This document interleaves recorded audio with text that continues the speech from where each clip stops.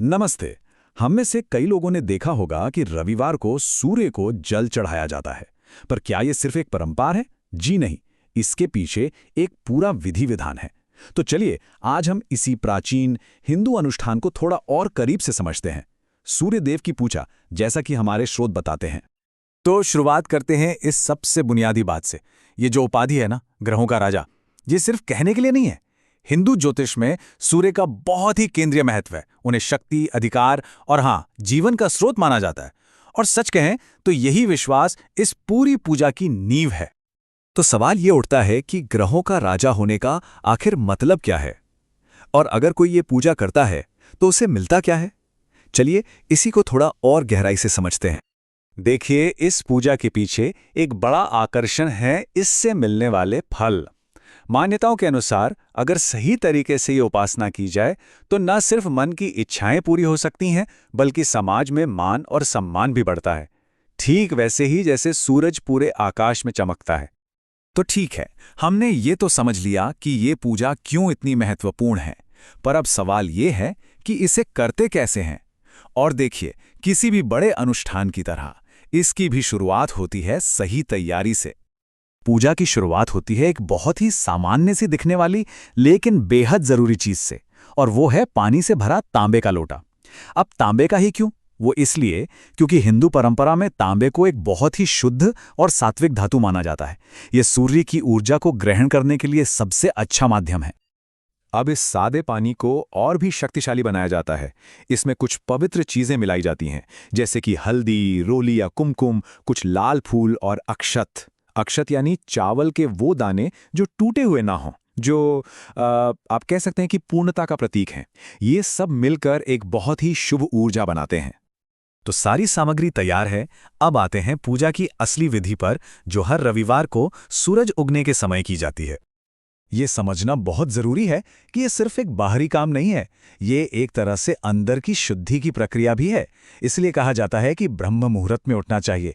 मतलब सूरज उगने से ठीक पहले का जो वो शांत और पवित्र समय होता है ना, उस वक्त। और फिर नहा धोकर, साफ कपड़े पहनकर इंसान अपने तन और मन दोनों से तैयार हो जाता है उस दिव्य ऊर्जा को पाने के लिए। इस पूरी पूजा का जो दिल है ना, वो मंत्रों में ही बसता है। यहां पर दो बहुत ही सरल लेकिन शक्तिशाली मंत्र हैं। आप अपनी श्रद्धा से इनमें से कोई भी एक चुन सकते हैं। और हां, यह याद रखना जरूरी है कि मंत्र से ज्यादा आपका भाव और सही उच्चारण मायने रखता है। और अब आता है वो सबसे मुख्य पल, अर्घ्य देना।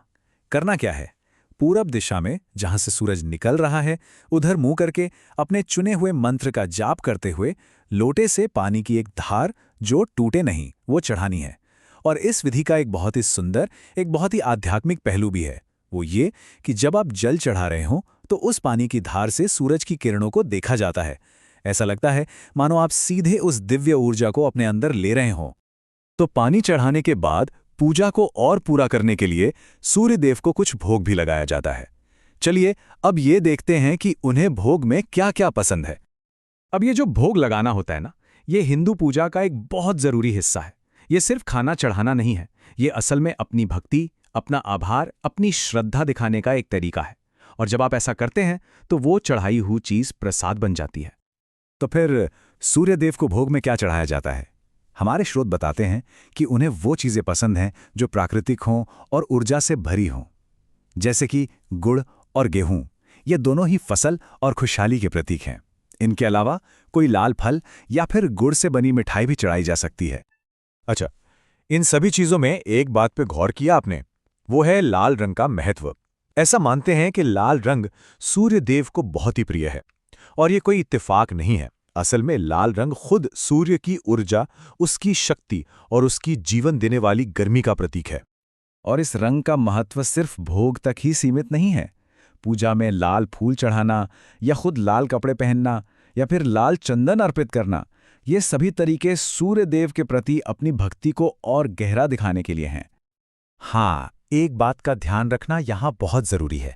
ये जितनी भी जानकारी है, ये सब धार्मिक मान्यताओं, ग्रंथों और अलग-अलग मीडिया स्रोतों पर आधारित है। तो अगर इन रिवाजों को अपनाना हो तो किसी विशेषज्ञ या जानकार से सलाह लेना हमेशा एक बहुत अच्छा कदम होता है। तो इस पूरी विधि को समझने के बाद आखिर में एक सवाल जरूर मन में आता है कि आज की इस तेज रफ्तार वाली मॉडर्न दुनिया में क्या इन पुराने व्यवस्थित रिवाजों की कोई जगह है? मतलब ऐसे रिवाज जो हमें सूरज के उगने और ढलने के साथ जोड़ते हैं। ये एक सोचने वाली बात है ना?